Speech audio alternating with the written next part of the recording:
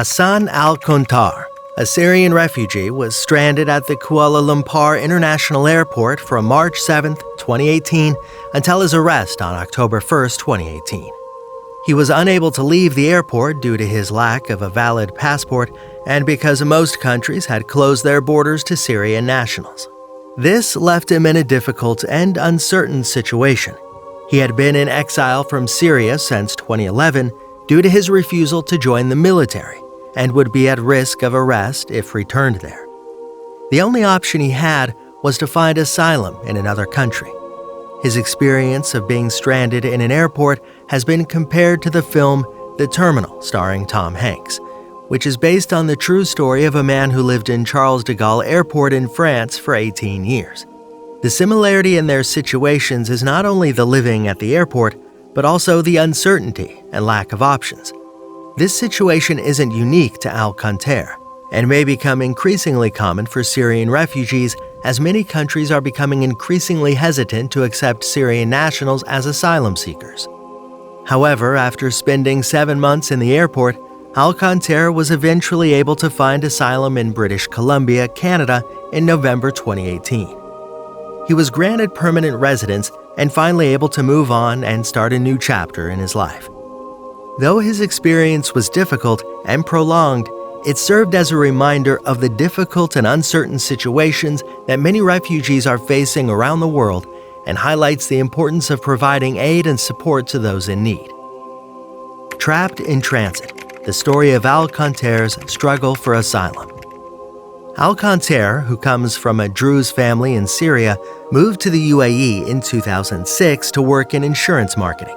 However, when the Syrian civil war broke out in 2012, his work permit expired and his request to renew his Syrian passport was denied.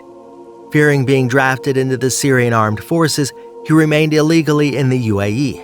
In 2017, he managed to acquire a new Syrian passport that was valid for 2 years, but was subsequently arrested by UAE authorities and deported to Malaysia.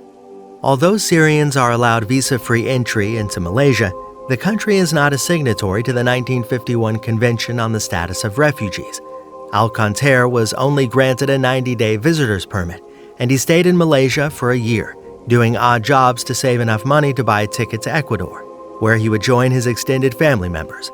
He bought a one-way ticket to Quito with stops in Istanbul and Bogota for $2,300, but wasn't allowed to board the flight by ground staff at Kuala Lumpur International Airport and was refused a refund for the ticket.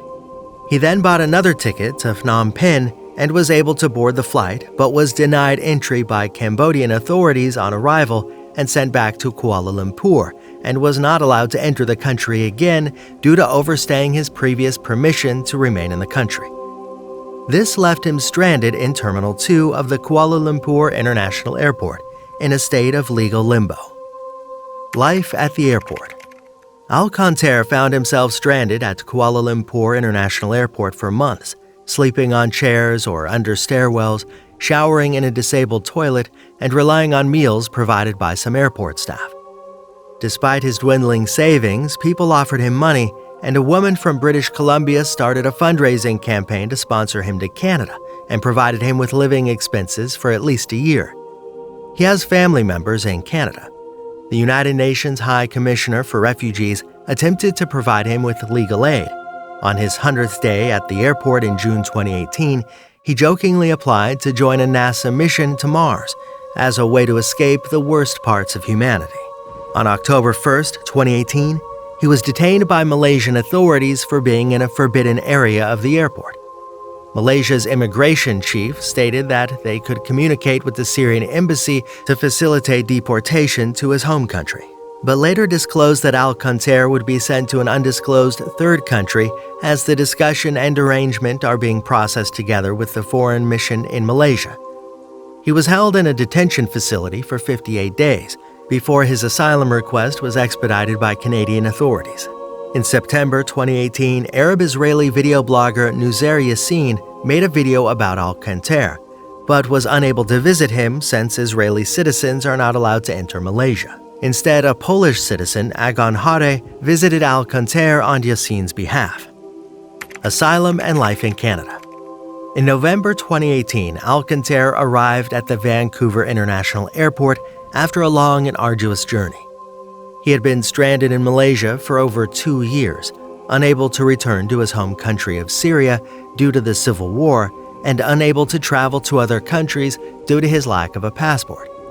Despite these challenges, Alkontar was granted permanent residence in Canada and was given the opportunity to start a new life in a new country. He secured a job in the town of Whistler, British Columbia, and was welcomed into the home of a media relations consultant named Laurie Cooper. Cooper had sponsored his asylum and helped over 30 other refugees settle in Canada, and was an important supporter in Alkontar's journey to find a new home.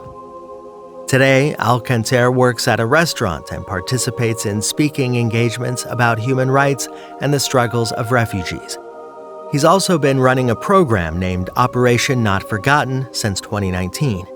The program is sponsored by the Refugee Council of Australia and Amnesty International and aims to raise about $3.3 million to resettle asylum seekers who are held at the Nauru and Manus Regional Processing Center in Canada. These refugees are from countries like Iran, Myanmar, Afghanistan, Sri Lanka, Pakistan, Iraq, and some are stateless. They faced long periods of time in detainment, and many are in dire need of resettlement. Alkontar and his team are working hard to raise funds to help these refugees. This program is an important step towards helping these refugees and showing that the world has not forgotten them. Alkontar is truly an inspiration. His own journey and the program he is running are an example of how one individual can make a difference in the lives of so many. There you have it. If you enjoyed today's video, make sure to like, subscribe, and click the notification bell so you don't miss any of our new videos. See you in the next video. Until then, take care, and thanks for watching.